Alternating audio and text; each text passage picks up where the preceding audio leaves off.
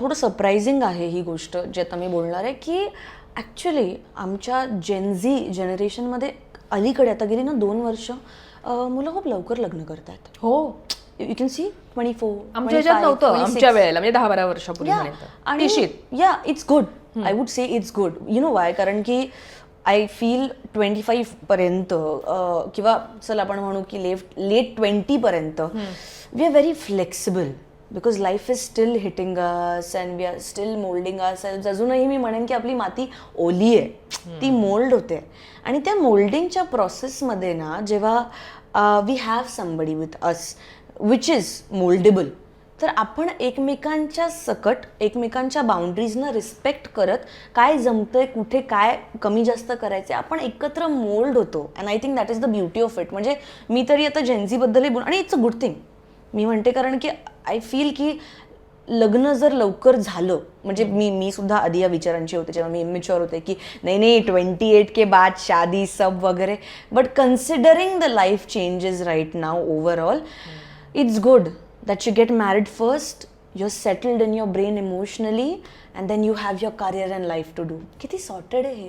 म्हणजे मी आता ना काल परवाच I went to my parlour salon and all, आणि माझी ब्युटिशियन होती बरं, आणि she got married at 21-22. She had her kids by 25 and she is like 25पर्यंत मुलं केली. आणि तेव्हा मला वाटलेलं की अरे यार आता मुलं बिलं झाली, काही नाही, थोडी वर्ष त्यांना दिली, आणि she is like now it's been years she is living for herself, for her husband, for her children. बच्चे बडे हो गए, उनका कर रहे.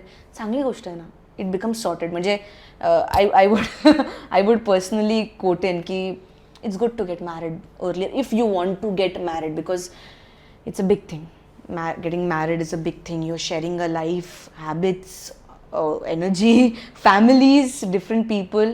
So I would say that if you are a student, if you're ready to learn, जर तुम्ही एक स्टुडंट म्हणून ती जर्नी चालू करणार आहोत, जसं आपण आपल्या करिअरमध्येच करतो की हां देर आर टाइम्स आपल्याला रिजेक्शन मिळतात, there are times it is uncomfortable, there are times की आपल्याला नाहीच करावं असं वाटतंय, and there are times that we are very grateful की we went through it. Then you get married, then it's good, you know. So I feel that is my opinion on marriage and whatever you will say वगैरे. बाकी boundaries वगैरे तर थोड्याफार असतात, पण I think की आधी आपण ना स्वतःमध्ये क्लिअर असलं पाहिजे की आपल्याला काय हवं आहे आयुष्यात. 2 दगडांवर पाय ठेवून आणि मग नंतर जे काही कॉन्सिक्वेन्सेस होतात ना, सॅडली जे आमची जनरेशन बघते ते मुलांना भोगावे लागतात. बरोबर. त्यामुळे you need to be very clear and not rushed is what I feel. आणि व्हॉट अबाउट की आता मुली थेट म्हणतात की मुलं नको आहेत. Babies like you saying, it is sad. It is very sad because the very own काय म्हणू शकतो ना पर्पज जे एक फेमिनाईन एनर्जीचं आहे किंवा फिमेलचं आहे आपण या भूमीवर, is ultimately somewhere a part of her is to reproduce. As organisms we are meant to reproduce, पण ते होत नाही आहे. Again I say because the kind of shift we are getting into the world. किती गोष्टी आहेत ज्या आपल्याला नाही माहीत, किती गोष्टी ज्या घडत आहेत ज्या आपल्याला नाही माहीत ग्लोबली, नेचर वाईज. आणि कारण इतका स्ट्रेस वाढतं. यू सी समवेअर मॅस्क्युलॅनिटी पण हलायला लागली आहे. Like now this is a very sensitive topic and I don't want to get over there completely. पण a part of men, it is becoming more feminine and there is a distribution of energy. So जब masculine ही feminine बनते जा रहा है, how do you expect feminine to not shake?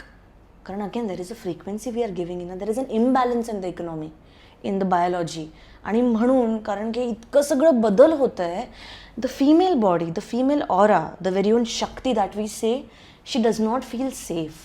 आणि जेव्हा तिला safe वाटत नाही, आपले सगळे हॉर्मोन्स, एनर्जी कुठून रेग्युलेट होते? From our uterus. तेव्हा ते स्वतःहूनच काय म्हणू शकतो बॅकएंडला जात आहे. And reason why females won't feel like, त्यांना फील होत नाही that they want kids. Another reason I feel is that कुठेतरी जग आता पुढे जाऊन आपल्याकडे खूप गोष्टी होणार आहेत, होऊ शकतात. It has already started. We are going on to the peak of Kaliyuga. Do you think after you, तुझं बाळ जेव्हा तुझ्या नंतर राहील, do you want to put your kid in that atmosphere? it's scary. So females or people who think that they don't want kids, it's okay. It's their decision. आणि मी तर म्हणेन की दॅट्स अ गुड पॅरेंटिंग. कारण आपल्या येणाऱ्या बाळाला इतका जर त्रास होणार आहे आणि आपणही नसू तेव्हा, कारण की एज लिमिट पण आपली कमी होते हळूहळू, 70-60 तू बघू शकते. आणि जर आपणच नसलो, काही होऊ शकतं, आपणच नसलो आणि आपल्या मुलाला आपल्यानंतर इतका त्रास आहे आणि तो जर कंट्रोल करण्यासाठी मी ही स्टेप घेते, तो it's okay, it's fine. But if you want to have kids आणि यू आर कॉन्फिडेंट दॅट नाही, मैं मेरे बच्चे को इतना स्ट्रॉंग, इतना कॉन्फिडेंट आणि इतकं ऑलराऊंडर बनवणार आहे ना की माझ्या नंतर सुद्धा जी काही पिढी असेल तिला तो सपोर्ट करेल. ॲज अ इंडिव्हिज्युअल तू कसा विचार करते तुझ्या बाबतीत लग्न आणि I want to get married? Absolutely. मी खूप मुलं, संसार आणि हे सगळं. येस. अबाउट किड्स मी आत्ता म्हणणार नाही. It's gonna take me some time. I love kids दो.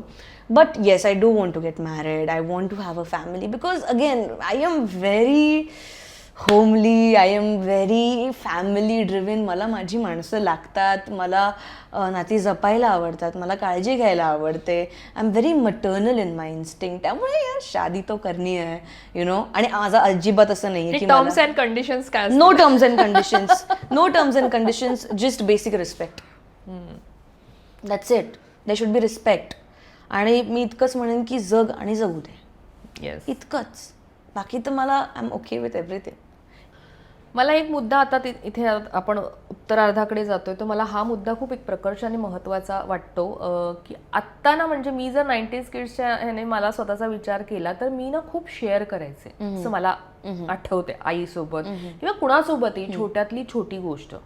असं नव्हतं की आम्ही इंडिपेंडंट नव्हतो, आम्ही कमवत नव्हतो, आम्ही शिकलेलो नव्हतो, काही नव्हतं, सगळं होतं, पण तरीसुद्धा ते होतं, कनेक्शन होतं, शेअरिंग होतं. पण आत्ता मी खूप असं पाहतेय की ना, मुली किंवा मुलं जितकी शिकतायत तितकी अधिक इंडिपेंडंट होत आहेत. ते म्हणतायत त्यांचा स्वतःची एक संघर्ष चालू आहे, मी हे सगळं हँडल करू शकतो, मला कोणाची गरज नाही आहे सपोर्टला, ना माझ्या फॅमिलीची ना माझ्या फ्रेंडची, I can handle each and everything, असा एक ॲटिट्यूड असतो. आणि ते मी पाहते माझ्या आजूबाजूला.